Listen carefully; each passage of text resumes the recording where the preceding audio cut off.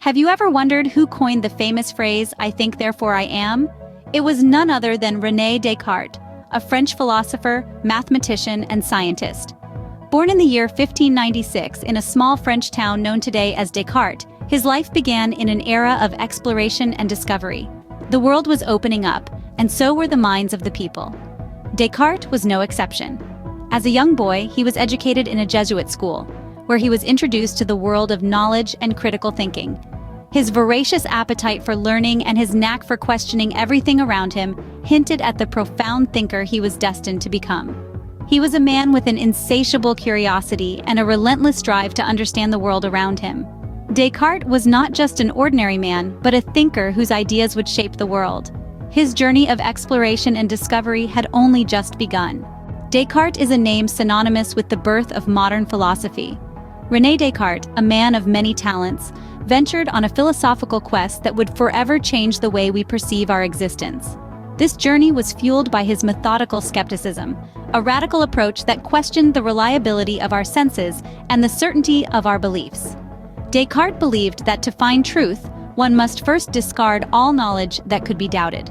So he embarked on a process of systematic doubt, stripping away layers of belief until he arrived at one indubitable truth, his famous assertion, "Cogito ergo sum," or "I think, therefore I am." This profound statement encapsulates Descartes' philosophy. He argued that even if all else is doubted, the very act of doubting confirms the doubter's existence. This central idea is thoroughly explored in his seminal work, Meditations on First Philosophy. Here, Descartes navigates through a labyrinth of thoughts and beliefs, discarding those that can be doubted and seeking those that withstand the test of skepticism. The purpose? To establish a foundation of knowledge based on truths so clear and distinct that they could not be denied. Through his meditations, Descartes sought to redefine the standards for truth and knowledge. He proposed that only those ideas perceived clearly and distinctly could be considered true, a principle that became a cornerstone of his philosophical system. Descartes' rigorous intellectual journey was not just an exploration of personal belief, but a challenge to the collective understanding of knowledge and reality. However, this journey was not without its obstacles. Descartes faced the daunting task of reconciling his radical skepticism with his belief in God. In his quest for indubitable truths, he grappled with the existence of a benevolent God and the problem of evil, topics that sparked much debate and controversy. Yet Descartes' philosophical journey was not in vain. His methodical skepticism and his quest for indubitable truths have had a profound impact on philosophy, shaping the way we perceive reality and our place within it. Descartes' philosophical journey was a quest for truth, a journey that continues to inspire thinkers today. Descartes did not confine himself to philosophy alone. He ventured into the world of mathematics, making contributions that would revolutionize the field. One of Descartes' most significant accomplishments in mathematics was the development of analytic geometry. In essence, analytic geometry is the study of geometric properties and figures using algebraic techniques. This revolutionary approach combined algebra and geometry, two branches of mathematics that had been seen as separate and distinct. Descartes' ideas brought them together, creating a powerful tool that would become indispensable in modern mathematics and physics.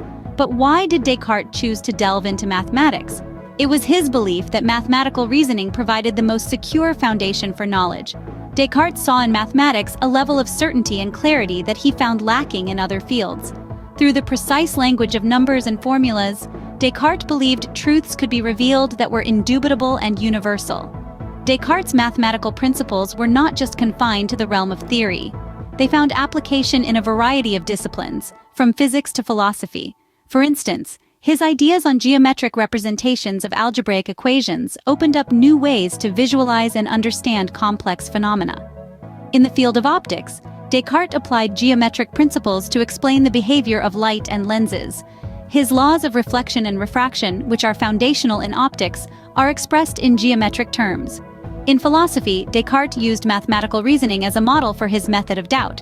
Just as a mathematician begins with simple, undeniable axioms to build complex proofs, Descartes began with the indubitable truth of his own existence to construct his philosophical system. Descartes' mathematical contributions extended far beyond his own time. The Cartesian coordinate system, named after Descartes, is a cornerstone of modern algebra, geometry, and physics. His approach to problem solving and his faith in the power of mathematical reasoning continue to influence thinkers today. Descartes' mathematical genius thus laid the groundwork for future advancements in mathematics and physics. Descartes also made significant strides in understanding the human condition with his theory of mind-body dualism. This theory was a radical departure from traditional views, positing that the mind and body are two fundamentally different types of substances. Let's delve into this a bit more. Descartes' dualism posits that the mind, or the soul, is a non-material entity that is distinct from the physical body. For Descartes, the mind is the seat of consciousness, thought, and self-identity. It's an indivisible entity that can't be seen, touched, or divided into parts. The body, on the other hand, is a material entity that exists in space and time, and can be divided into parts. This mind-body dualism was a groundbreaking assertion that had profound implications for our understanding of human consciousness and reality. It challenged the prevailing mechanistic view of the world, which saw the universe as a complex machine and humans as mere physical entities. Descartes' dualism also sparked a slew of philosophical debates and inquiries. It posed questions such as, how do the mind and body interact? If they are so different, can one affect the other? These questions continue to puzzle philosophers and scientists alike, even in the 21st century. Furthermore, Descartes' theory of mind-body dualism had a significant influence on later thinkers. Philosophers like Baruch Spinoza and Gottfried Wilhelm Leibniz were inspired by Descartes' ideas and further developed their own theories on the mind-body problem. Spinoza proposed a form of dual-aspect theory, suggesting that mind and body are two aspects of a single substance, while Leibniz developed a theory of pre-established harmony, suggesting that mind and body are distinct but perfectly synchronized. In essence, Descartes' mind-body dualism has had a lasting impact on the philosophy of mind, shaping our understanding of consciousness, self-identity, and the relationship between the mental and the physical. It continues to inspire and challenge philosophers, prompting us to ponder on the nature of our existence. Descartes' mind-body dualism remains a key concept in modern philosophy, sparking debates about the nature of consciousness and our understanding of reality. While Descartes' ideas were groundbreaking, they were not without controversy. Indeed, like any revolutionary thinker, Descartes faced his fair share of criticisms.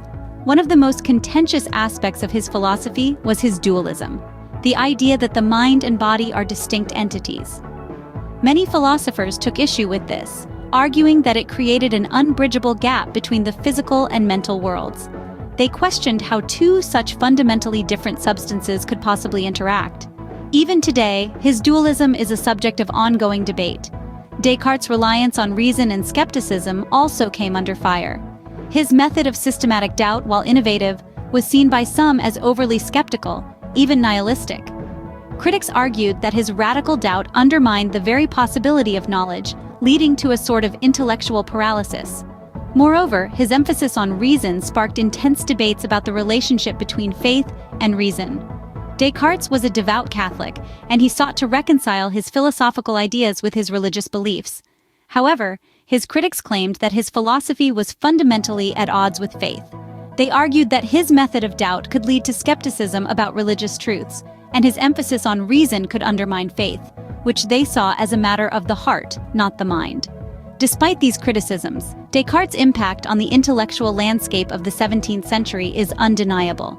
He is often hailed as the father of modern philosophy, and his contributions to mathematics and science are equally significant.